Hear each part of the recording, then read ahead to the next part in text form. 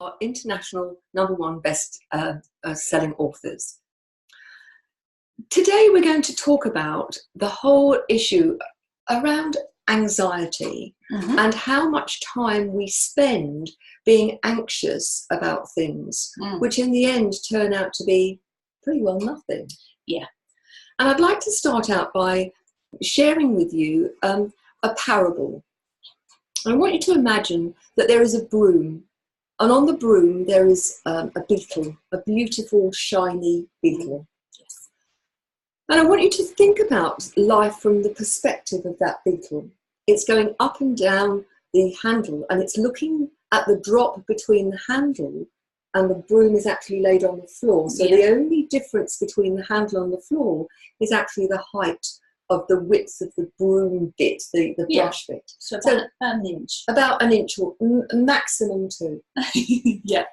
From our point of view, that's nothing. It's inconsequential. Yeah. But the beetle keeps looking at that space and worrying, if I leap off here and there's not enough wind to carry me, I'm going to crash and burn.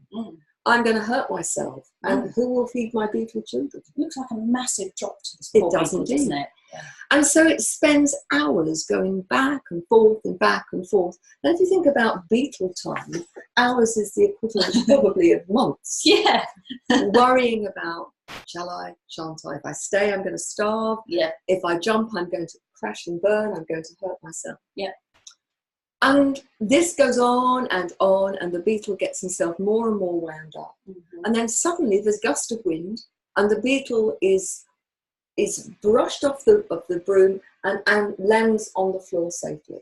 So all that anxiety and the anticipation of having to take a step, it is actually all within the poor beetle's head, isn't it? It is. Because in reality, it was more than capable of simply climbing off the handle of the broom. Now, if you think about the parable, there's a huge lesson in there for us as human beings.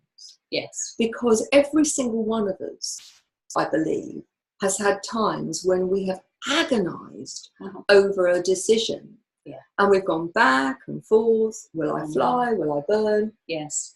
And in reality, the problem in terms of the decision is not, is it right or is it wrong? It's simply different. And each of those choices is going to have a different set of consequences. Yes. But I believe that anxiety breeds anxiety. Yes, they talk about the analysis paralysis in terms of a sort of more of a business context, don't they? Where, you know, the anticipation of having to come to a decision, and so you bolster your feeling about making this decision by analysing and trying to find out as much about the decision as you can, and then obviously, as life does, you get conflicting, and then so you go into more analysis and more justification, and then you spin around, and you still haven't made the decision.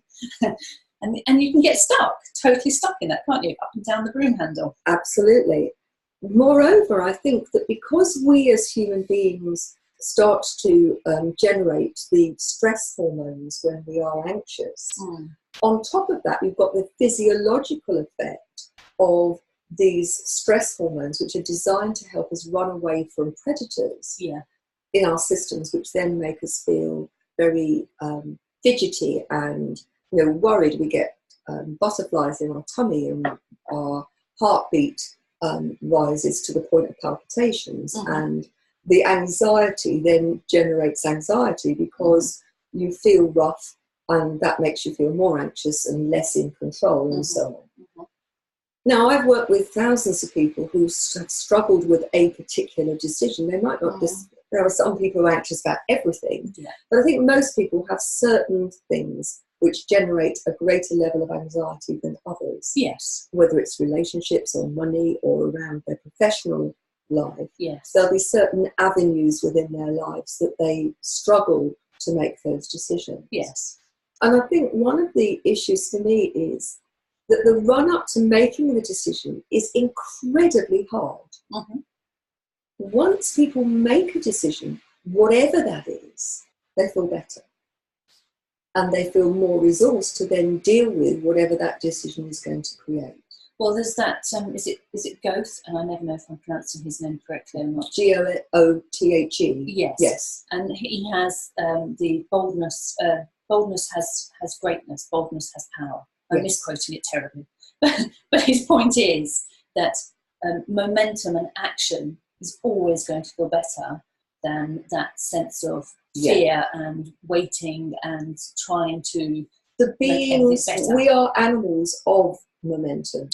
If you think about how hard it is to walk, for example, and then you compare that with how hard and how much energy it takes to stand still, it takes much more energy to hold ourselves up when we are standing still. Yes. And I think that's a really great metaphor. Not, that's our physicality, but I think in terms of our ability to reason, our emotional self, our spiritual self, we are on a journey.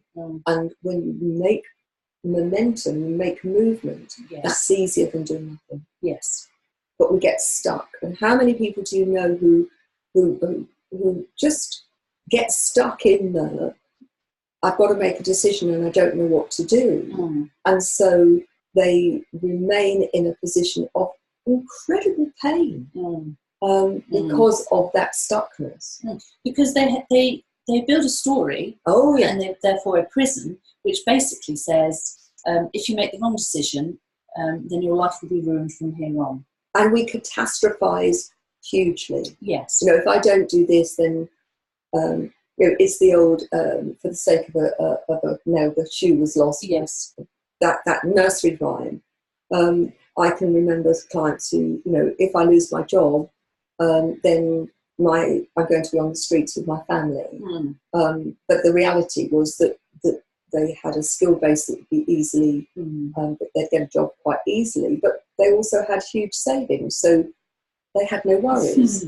But I'm also reminded by people who procrastinate. Yes. And procrastination for me is around fear of making the wrong decision. Yes. But it goes to extreme lengths. I had a client once who her Hoover had been in the middle of her lounge when she came to me for 4 months. What? And she hated it being there. Right. But the decision to where was she going to put it, because she didn't have a cupboard to put it in, it kept her stuck. Now that's an extreme example, but it's a real life one. It's a good example actually, in the sense that it's only a Hoover, and yet the decision was too much for her. She couldn't just decide to stick it in a corner. And when we started to analyse it, that Hoover represented her life. And it actually wasn't about the Hoover at all. It was about, she hated her job. Her relationship was in deep trouble. And for her, the moving the Hoover had become the focus of her decision making. So if she chose the wrong corner to put the Hoover in, then her rest of her life would fall like a pack of a house of cards. Yes. Okay. Now that's an extreme example, but most of us do it to some extent at some time in our life. Yeah. Now, the Brené Brown talks about being courageous, having courage for a minute. Yes. Because in that courage, in that making of a decision, you start to move forward. Yes. And, if you think about, I'd like our listeners to think about, what are the things that you are fearful about? Yes. It's sensible to be fearful about putting your finger in an electric socket if the plug is on, or going into a lion's den. Yes. But for most of us, fear and anxiety is not based on such clear-cut things. No. So think about your work. If you are in a job that you find unsatisfying, that you're working with people who don't value you, that you are unhappy about going into work because it's very stressful, how many people do you know that stay in that job, stay stuck in an incredibly toxic environment because they fear moving into something else? Yes. And think how many people, and listeners, does this fit you? How many of you are in a relationship that is unsatisfying? I mean, people stay in abusive relationships long after that relationship should have been finished, because they fear the alternative because it's unknown. Yes. And yet making that move opens the door to very different, more positive possibilities. Yes, yes. So if you think about yourself as the beetle, and think, what's your broom? What's the thing that's keeping you stuck? Then you can start to decide whether you're going to take the calculated risk and go for it, make a change, or whether actually it's not that bad and you're going to stay there. But what we find is people get stuck in the worst of both possible worlds. Yes. I'm not prepared to go into the unknown because that's scary. Yes. And I'm going to hate where I am. Yes. So if you can't change something, or you're not prepared to change something, then the only thing open to you if you want a different outcome is to change the way in which you deal with it and you view it. Yes. Yes. And I find it very interesting how many people put themselves in the absolute prison of, I don't want it, but I'm not prepared to change it. And I hate it, and I hate the fact that I can't make a decision. Yes. So they keep beating themselves up for not making a decision. Yes. But they don't give themselves the freedom to make that decision and then deal with whatever consequences. You know, I can remember the exact moment, slightly, of when I first became aware as a child of the fact that there were decisions. There were such things called decisions. Yes. And it was in my secondary school or high school, for those of us not in the UK. And we were on the cusp of having to decide what subject we were going to major in, take as our options for the UK people. And prior to this, the school sat us all down as a year group and said, right, this is how you make a decision. And I can distinctly remember sitting in the classroom thinking, oh, there's like something you have to do to make a decision? Because up until that point, I had been beautifully innocent. Yes. Just making decisions naturally. Yeah. Just going with my flow, my instinct. Now, there was this whole structure about it. There was a whole science about it. There was the right way to make a decision. Yes. According to the school, anyway. And I remember thinking, I've been doing decisions wrong then. Yes. Well, okay, so the school was trying to be helpful and trying to make us consider and not just sort of be flippant about what obviously the school wanted us to be serious about, which is, you know, your study and your ability to pass exams and so on, and, you know, open doors in your life, depending on, you know, where your aspirations lay. But for me, it really, actually, it was quite stultifying. So I'm not surprised at all by the fact that a lot of people find the issue of making decisions really stressful. Yes. Because we are educated out of our gut instinct a lot of the time, and we are informed that the best way to make a decision is from up here in the cerebral. Yes. When in actual fact, it's probably what's really meaningful to us is what happens in the heart and the gut, and not actually what's going on in the intellect. Using your intuition, being able to tune into that intuition about what's right for you in this moment, I think is incredibly important. And I think one of the problems for us is that there's so much white noise that actually being still enough, being quiet, quietening ourselves in order to tune into the what's right, I think is something that's missing in a lot of people's lives. And how often do you get that feeling, this does not feel right? Yeah. And yet, at a logical level, all of the things seem to be okay, and that you continue down a route that doesn't sit well. Yeah. And of course, the opposite is quite true as well, that you charge ahead with something that looks great, and actually you've not given yourself the opportunity to test your intuition and say, is it right for me? Yes. Because often we are governed by what's right for other people. Yes. Yeah. I'm reminded of the interview situation. I used to go and help a lot of organisations interview. I still do it to some extent. And would be training people to interview.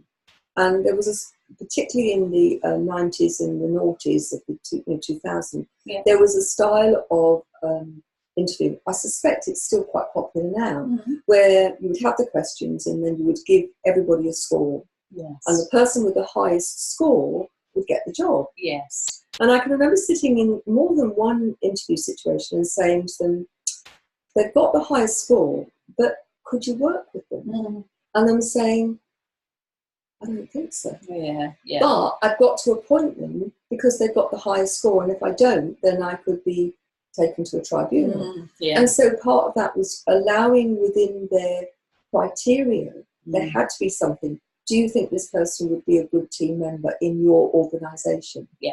Do you think you could work with that person? Yeah. And being very clear, why not? Not just being flippant about it, but actually recognising that this person, that there was something that just did not fit. Yes. And that has to not be the only thing, but it has to have some level of importance in terms of the decision that you make. Yes. Because if you try and put the square peg in a round hole, there's going to be friction. Yes. Now, that doesn't mean that what I'm saying is that you only look for yes people. Quite the opposite. No. But having somebody that's got the same intrinsic values as you and your organisation, really, really important. Yeah. And if they don't have those values, then you're storing up problems for later. Yeah, absolutely. Now, I would suggest that your questions in an interview situation attempt to elicit what the values of that other person are. Yes. And you can structure the questions in such a way that can go so far. Yeah. But I still think you need that sense of what's right for me. Because at the end of the day, that's all that we have, isn't it? That moment, that sense. I mean, I know that a lot of very logical people will say that, listening to your gut is all woo-woo and silly and whatever. But the gut is shown to be using the same second brain, uses exactly the same nerve centre. Yeah. And that's our primeval antennae. Yes. And I think we like to think of ourselves as being incredibly modern. But actually they're there for a reason. They were honed, our evolution honed those over thousands of years. Yes. And they are well worth listening to. Yes. Now, it's an interesting paradox, isn't it? Because one could argue, well, my intuition is saying, be fearful of this. I want to be the beetle that stays on the broom. Yes. And so wherever you are, there comes a point where a decision, a choice is required, or you stay stuck. And if your intuition is saying, oh, this feels scary, I think we have to separate between what's a natural reticence, which is just because our unconscious mind is designed to keep us safe. And, if we were to be brave and move out of our comfort zone, will we create a new comfort zone? Yes. Or is there a real risk of catastrophe here? Yeah. And I think it's determining what's real from what we've imagined. So when you look back over, I mean, obviously, I've reached a certain age where I've got a good length of time to look back over and think, the bad decisions that I've made in my life, do I really regret them? That knowledge of, in hindsight, I can categorise that as bad versus that decision as good. Do I look back and say, I really regret doing that?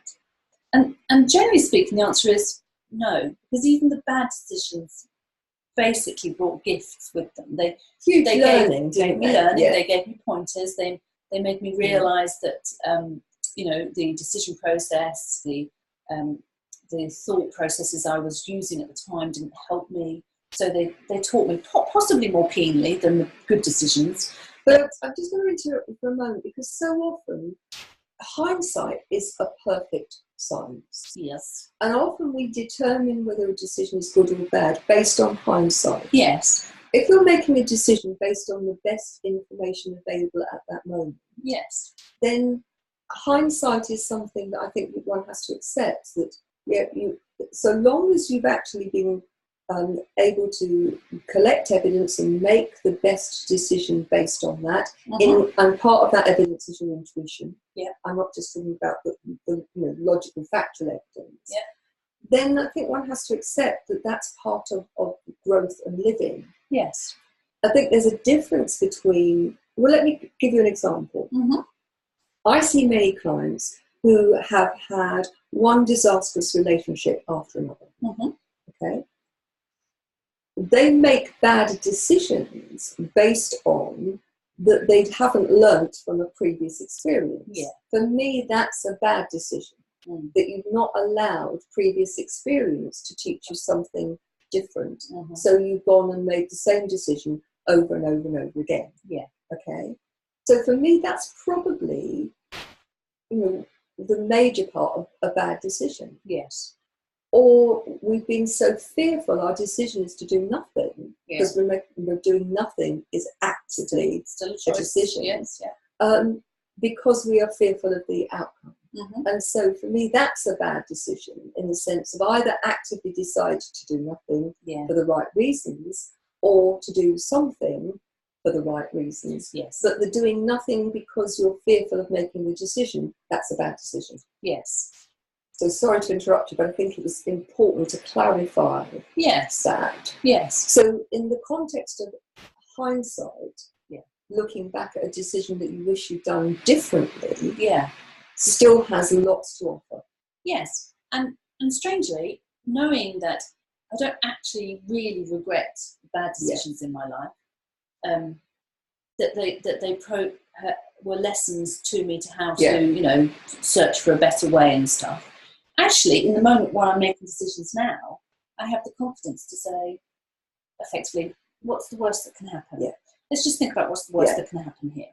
Because I know I've faced decisions of this kind of scale in the past, and although I may have chosen to do different activities, even when I did choose the work path I chose, actually nothing terrible happened. I just got some more learning out of it. So, it allows, there's that phrase, isn't there, that it's usually used in nightclubs by men. Okay. Go ugly early. Right. It's new to me. Don't, because of course men are under performance pressure of, going and sort of having to go and ask the woman to dance, whereas the woman tends not to have to ask the men.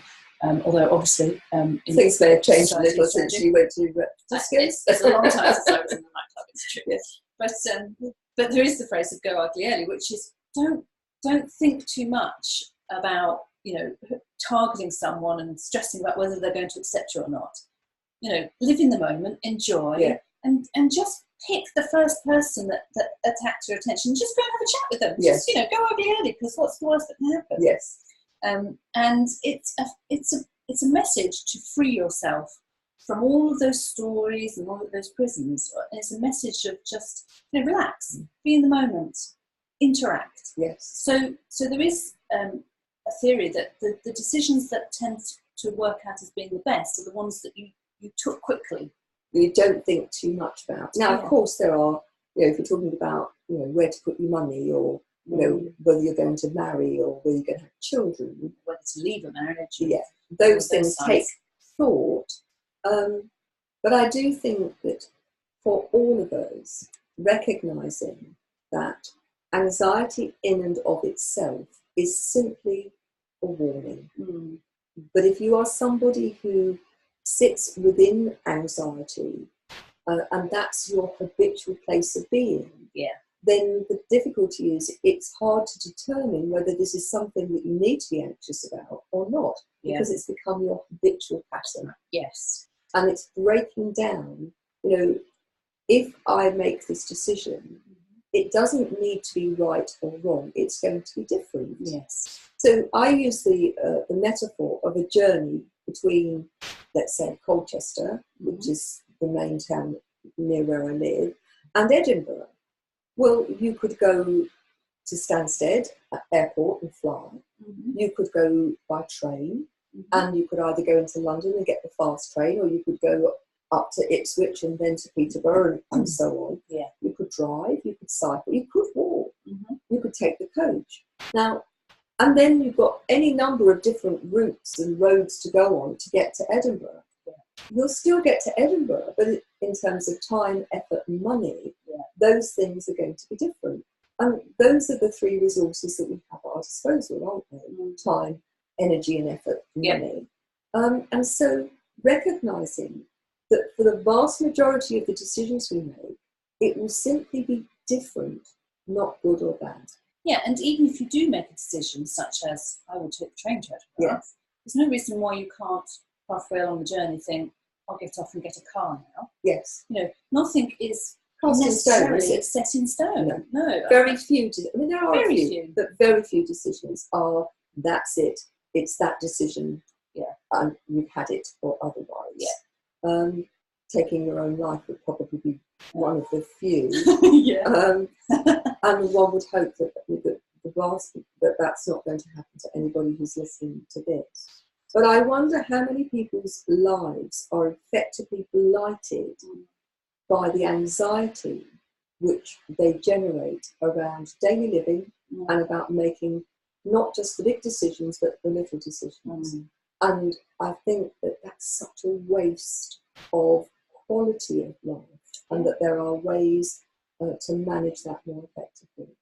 And recognizing that the fear of moving out of our comfort zone is so short-lived. Yes. Isn't it? Yes. That, you know, the minute you go into a new area, they call it the line of perturbation, past the line of being perturbed, being anxious, and you go into the new activity, that very quickly becomes unknown. Yes, and I think that's very deeply ingrained in our evolution. Well, it's survival. It is. Adaptability Yes. it is the survival of the fittest, isn't it? It's not the beast that's necessarily the strongest or, you know, the fittest or whatever. It's the one that's actually more capable of adapting to the change that's coming its way. But the paradox is that our unconscious mind has a view that staying safe means doing the same thing. Yes. And if, as you say, with our development, if we had stayed safe and done nothing different, we'd still be living in caves. Yes. We'd still have a life expectancy of about 27 years. Yes. And so it's the moving out of that, what appears to be safe, and it's an illusion, really, in going into the unknown and adapting to new circumstances, that we have the best chance of not only survival, but a great quality of life. Yeah, because actually your life has to have a good mix of order and a good mix of chaos. Yes. You know, for it to be, you know, a healthy, striving for a higher self kind of life. You can choose to have order, to stay within certain frameworks, to live within that, and accept possibly what other people would look at. I mean, you know, if I'm the human looking at the beetle, I'm thinking, what a small life, Mr. Beetle. Just take the jump. What's the big deal? It's only an inch. But everybody has their version of that inch, don't they? Yes. So the things that stop them from getting out there on the dating scene, or moving out of a loveless relationship, or a new job, or a change of profession, or whatever. Yeah. And recognizing that the anxiety in and of itself creates this prison. Yes. But far more helpful is to allow yourself the space to look at, is this the reality? Are these the facts? Or is this the story that I've made up around those facts? Yes. And if I'm making up a story, what's the impact of that? How can I dismantle that story? Yes. And look much more positively, much more constructively at the reality that I'm in. Yes. And then, can I be brave? That brave step, which takes such a little time to get through, but you have to do it. Yeah. Have you ever been abseiling? Never. I'm frightened of heights. Well, I used to go with my father. He was a teacher in secondary school, and I used to go with him when he took fourth year, which would now be year 10s, on an outdoor pursuiting and adventure week. Now, I always used to get the girls group, the girls who were rather overweight, who were unadventurous, who would arrive with their high heels and hot pants to go hill walking. Hill walking. And I can remember we went to Minehead, and we were going to abseil down the wall of the that holds the cliff face down to the beach. Right. Probably about 50 feet, and quite a considerable Yeah. drop. And they wouldn't go, and they said, "We'll go if you go." And I think, oh. And it's that bit that you have to let yourself go over the edge. Yeah. Once you're over the edge and the wall is in front of you, you feel so different, because you feel safe. You're on a rope, you know that they're going to hold you. Yes. But having a parameter that you can see and touch and feel, makes you feel safe. But you have to do that step over the edge. Yes, because until you've made that step, you know the theory that the rope is going to hold you, but you don't know the actuality of it. Logic tells you that, you know, this organisation, I'm not going to let you fall. That would be the end of their business. Yes. But logic and emotion and fear are not necessarily good bedfellows, are they? No, and that's the real crux of it, isn't it?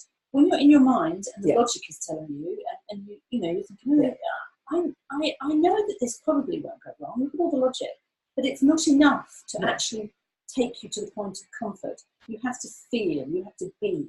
Yes. And that's the point about decisions, is quieten and be, and the reassurance will come. I think asking yourself, what is fact, real, quantifiable fact, and what is the story that I've made up? Yeah. And I'd like to leave, because we've got to the end of our time today, to say to anybody who's listening to this, what are the things that you're anxious about? And how many of those things are things around the story that you've made up about that anxiety? And isn't it time to be brave for that 30 or 60 seconds to step out of that and make a decision? Once you do, I guarantee you'll feel better. Please let us know what are the things that you're anxious about. You can let us know either through the comment box or through the website, which is genuinely-you.com. There's lots and lots of stuff there to help people with anxiety and decision making. Lots of free information, and you can get a free digital download of the latest best-selling book, Thriving Not Surviving: The 5 Secret Pathways to Happiness, Success and Fulfillment. And there's a lot in there. You can find Rachel's book, The Point of Me, on Amazon or good bookshops, and you can find all the rest of my books on those platforms too. So thank you very much for joining us, and I look forward to seeing you the next time. Take care now. Cheerio.